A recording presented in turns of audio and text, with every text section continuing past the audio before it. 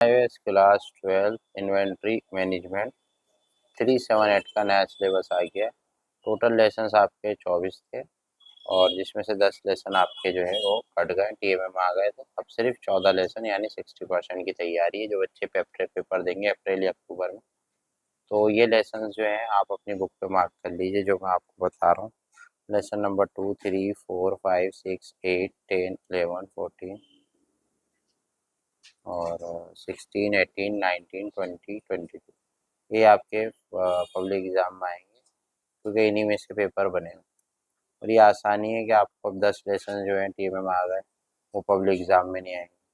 कौन कौन से हैं? 1, 7, 9, 12 और 13, 15, 17, 21, 20 ये आपके पब्लिक एग्ज़ाम में नहीं आएंगे क्योंकि टीएमएम आ गए। पब्लिक एग्ज़ाम में सिर्फ वो आएंगे जो टीएमएम में नहीं आए। 14 लेसन आएंगे, इसके मार्क भी कर दिया है। सभी सब्जेक्ट के सिलेबस भी डाल दिए, नोट्स असाइनमेंट पीडीएफ भी अवेलेबल है। Thanks for watching.